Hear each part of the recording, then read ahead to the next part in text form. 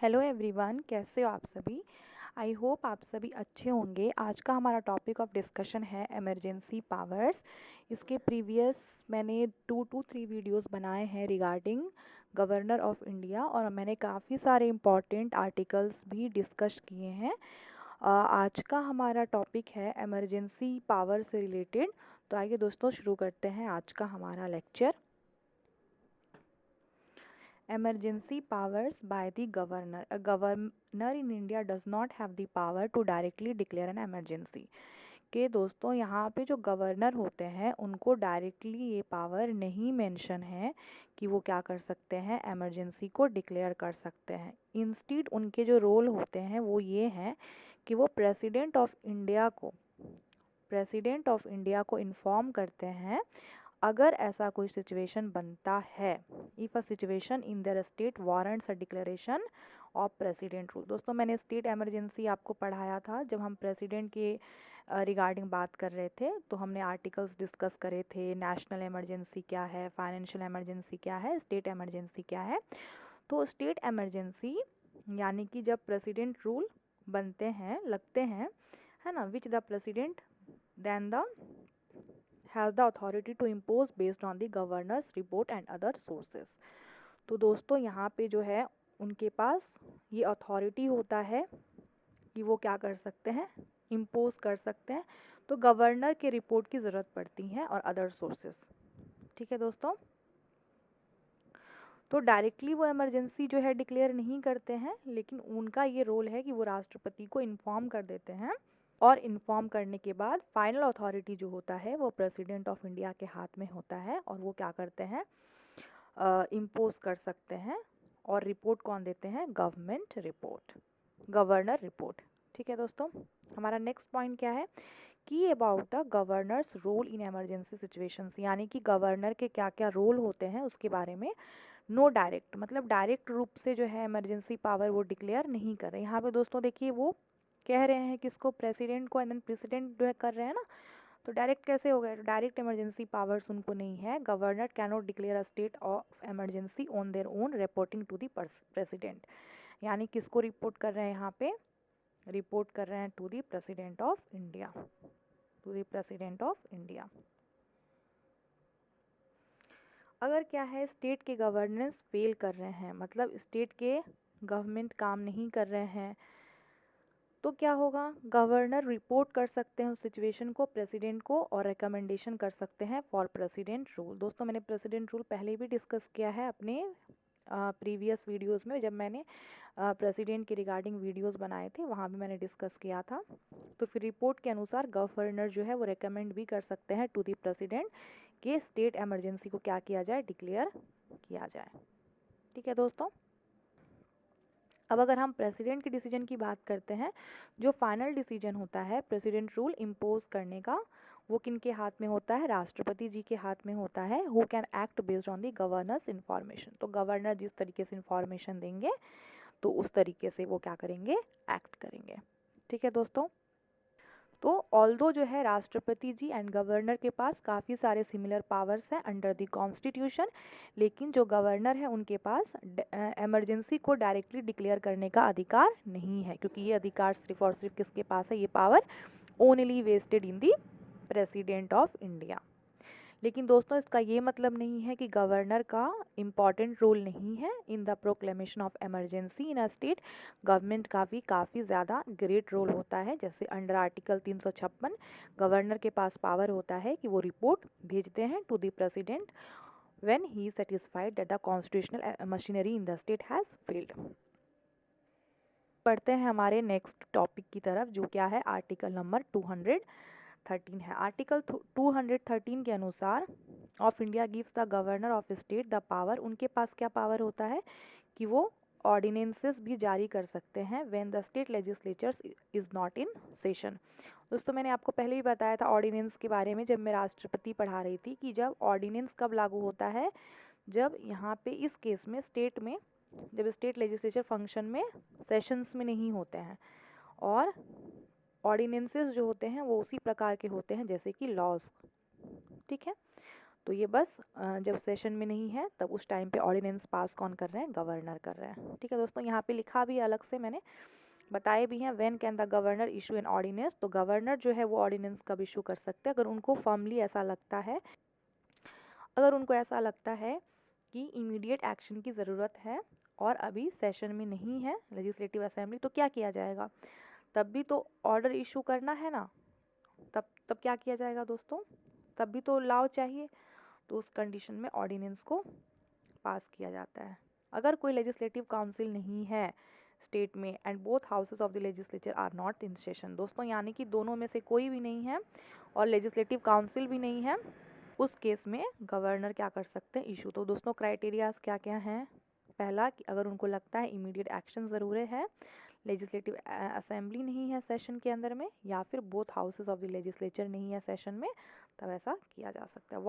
When can not the governor issue, यानी कि कब नहीं कर सकते हैं, governor can not issue an ordinance without instructions. दोस्तों राष्ट्रपति से इनको सलाह लेना पड़ जाएगा, कब, the ordinance would require the president previous sanction, यानी कि अगर ऑर्डिनेंस में क्या चाहिए, प्रेसिडेंट का प्रीवियस सैंक्शन चाहिए, ordinance would require the president consideration, और उनको और प्रेसिडेंट का क्या चाहिए, कंसिडरेशन भी चाहिए। Ordinance issued by the governor is in effect until the, कब तक वो इफेक्ट में रहेगा, जब तक स्टेट लेजिस्लेचर वापस रीअसेंबल्स नहीं हो जाते हैं, unless it is approved earlier. The governor can withdraw any ordinance at any time, यानी गवर्नर क्या कर सकते हैं, किसी भी ऑर्डिनेंस को विदड्रॉ कर सकते हैं। ठीक है दोस्तों, कुछ कॉन्स्टिट्यूशनल पोजीशन है गवर्नर के जो कि बिल्कुल अलग होते हैं, किससे, प्रेसिडेंट से होते हैं अलग।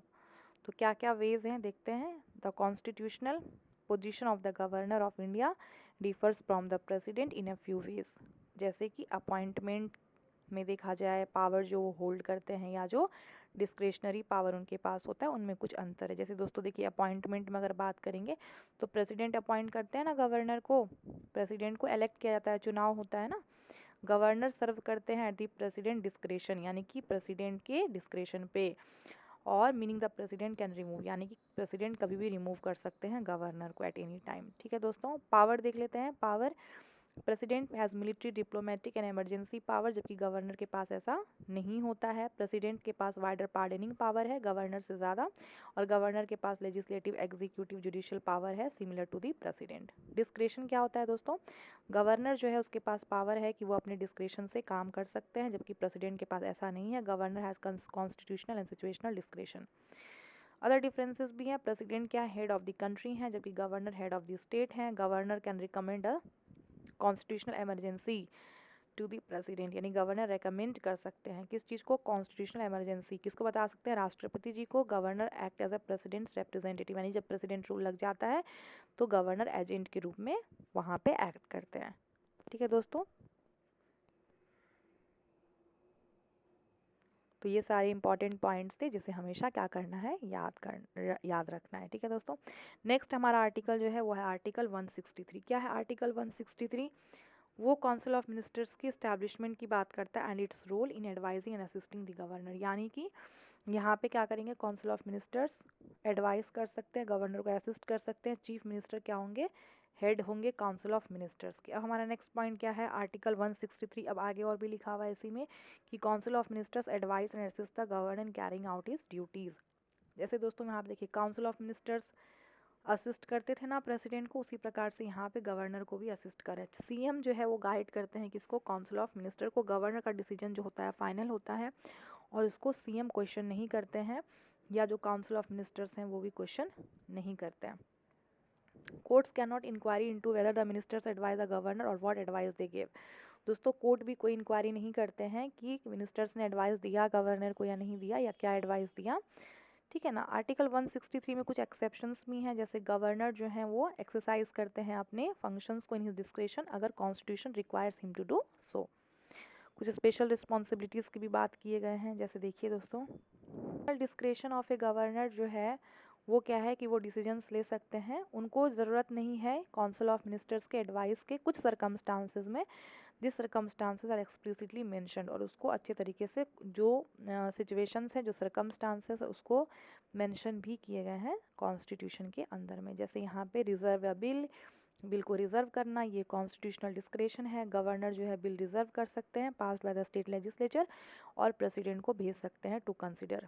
रेकमेंडिंग प्रेसिडेंट रूल के लिए रेकमेंड कर सकते हैं, यानी the governor can recommend that the president impose president rule in the state.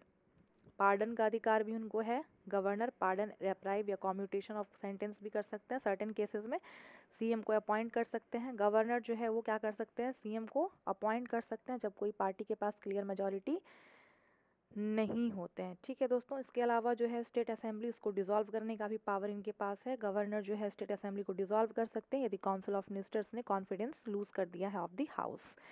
Governor के पास क्या है, सिचुएशनल डिस्क्रेशन है, which is the power to make decisions based on the political situation. जैसे दोस्तों देखिए, गवर्नर जो है मिनिस्ट्री को भी डिसमिस कर सकते हैं if it refuses to resign after losing majority, यानी कि मेजॉरिटी सपोर्ट लूज करने के बाद रेजिग्नेशन अगर नहीं देंगे तो गवर्नर क्या कर सकते हैं, ऐसे मिनिस्ट्री को डिसमिस भी कर सकते हैं। तो आर्टिकल 163 काफ़ी इंपॉर्टेंट है, जहाँ पे काउंसिल ऑफ मिनिस्टर्स की बात की गई है। इसके हेड सीएम होते हैं और ये असिस्ट एंड एडवाइस करते हैं गवर्नर को in the exercise of his functions. और अगर कोई डाउट है कि whether matter is within the governor's discretion और नॉट, कभी कभी दोस्तों ऐसा भी होता है ना कि क्या ये मैटर गवर्नर के डिस्क्रेशन में आएगा भी कि नहीं आएगा, तो गवर्नर का डिसीजन फाइनल होता है एंड वैलिडिटी जो है of anything done by the governor shell not be called into question. उसको क्वेश्चन नहीं किया जा सकते हैं इस ग्राउंड पे कि उसे करना चाहिए था या नहीं करना चाहिए था। ठीक है दोस्तों, डिस्क्रेशन में एक्ट करना चाहिए था कि नहीं करना चाहिए, इसको क्वेश्चन भी नहीं किया जाएगा। और जो एडवाइस दिए जाएंगे given to the governor by the minister shall not be investigated, उसका भी इन्वेस्टिगेशन कोर्ट के अंदर में नहीं होगा। ठीक है दोस्तों, और हमने क्या देखा, गवर्नर के पास काफ़ी सारे कॉन्स्टिट्यूशनल डिस्क्रेशंस भी हैं कुछ केसेस में, जैसे कि लेजिस्लेटिव असेंबली को डिसॉल्व करना अगर सीएम कहते हैं, एडवाइस करते हैं ऐसा करने के लिए, और राष्ट्रपति जी को रेकमेंड भी कर सकते हैं कि constitutional machinery in the state fail हो गए हैं, बिल को रिजर्व कर सकते हैं जो कि स्टेट लेजिस्लेचर के द्वारा पास किया गया है और प्रेसिडेंट के असेंट के लिए भेज सकते हैं। और किसी को भी अपॉइंट कर सकते हैं सीएम, अगर मान लेते हैं कोई पार्टी पॉलिटिकल पार्टी है जिसकी की क्लियर कट मेजोरिटी नहीं आया है, तो वो कोई भी किसी को भी सीएम अपॉइंट कर सकते हैं। और दोस्तों क्या अमाउंट पेएबल होना चाहिए by the government of Assam, Meghalaya, Tripura and Mizoram to the autonomous tribal district council, ये भी फैसला कौन करते हैं, गवर्नर करते हैं। और वो सीएम से इंफॉर्मेशन भी ले लेते हैं with regard to the administrative and legislative matters of the state. इसके अलावा दोस्तों जो ऑर्डिनरी बिल होता है उसमें सिग्नेचर करने से भी रिफ्यूज़ कर सकते हैं ऑल्दो वो पास कर दिए गए हैं। मतलब कि अगर स्टेट लेजिस्लेचर ने बिल पास कर भी दिया है तो वो क्या कर सकते हैं, सिग्नेचर के लिए मना कर सकते हैं, हस्ताक्षर के लिए मना कर सकते हैं। तो ये कुछ ऐसे डिस्क्रेशनरी पावर हैं गवर्नर के जो काफ़ी महत्वपूर्ण है। अब हमारा नेक्स्ट टॉपिक है स्पेशल रिस्पॉन्सिबिलिटीज़ जो गवर्नर के हैं अंडर आर्टिकल 371। जब आप पढ़ोगे तो गवर्नर जो है महाराष्ट्र एंड गुजरात के पास स्पेशल रिस्पॉन्सिबिलिटी है to establish separate development board for specific regions with their states, है ना दोस्तों, यानी कि वो क्या कर सकते हैं, बहुत सारे अलग अलग डेवलपमेंट बोर्ड्स की स्थापना कर सकते हैं, जैसे कि विदर्भा हो गए, फिर मराठवाड़ा हो गए महाराष्ट्र के अंदर में, फिर सौराष्ट्र हो गए, कच्छ इन गुजरात, है ना, ताकि इक्विटेबल एलोकेशन ऑफ फंड हो सके एंड डेवलपमेंट अपॉर्चुनिटीज़ मिल सके इन एरियाज में भी, essentially focusing on the development of this region by setting up dedicated boards for them. ठीक है दोस्तों, तो ये भी इंपॉर्टेंट है, कुछ की पॉइंट्स को भी हम दिमाग में रख लेते हैं, जैसे specifically applies to state of Maharashtra and Gujarat, यानी दोस्तों इन दो स्टेट्स के लिए एप्लीकेबल है बस डेवलपमेंट बोर्ड्स। गवर्नर जो है उनका प्राइमरी रिस्पॉन्सिबिलिटी होता है कि सेपरेट डेवलपमेंट बोर्ड की स्थापना करना इन रीजन्स के लिए, हाँ, जो भी रीजन्स आपने देखे पहले, और गोल क्या है, to ensure that regions receive fair allocation, को फंडिंग मिले अच्छे से एंड डेवलपमेंट अपॉर्चुनिटीज़ मिले। तो दोस्तों किस स्टेट की बात की गई है, महाराष्ट्र एंड गुजरात स्टेट की बात की गई है। तो दोस्तों आप पढ़ोगे कि दो डिफरेंट डेवलपमेंट बोर्ड की स्थापना करनी है for Vidarbha and Marathwada in the state of Maharashtra, और दो सेपरेट डेवलपमेंट बोर्ड की स्थापना करनी है सौराष्ट्र एंड कच्छ जो कि गुजरात में है। ठीक है दोस्तों, और दोस्तों जो स्पेशल पावर्स मिले हुए हैं with respect to administration of tribal areas in the state of Assam, इसके अलावा मणिपुर के लिए भी दोस्तों administration of hilly areas in Manipur उनके लिए भी है, और for peace and wellbeing and to ensure social and economic advancement of the different sections of the population of Sikkim, तो ये भी याद रखिएगा दोस्तों। इसके अलावा कुछ लॉ और ऑर्डर भी मेंटेन करते हैं the state of Arunachal Pradesh. तो ये सब कुछ स्टेट्स हैं, अरुणाचल प्रदेश हो गए, मणिपुर हो गए, असम हो गए, ये सारे इम्पॉर्टेंट स्टेट हैं। आज की इस वीडियो में इतना ही दोस्तों। अगर आपने मेरे प्रीवियस वीडियोस को नहीं देखा है तो जाकर देख लीजिएगा, ताकि आपको बेटर अंडरस्टैंडिंग मिल सके।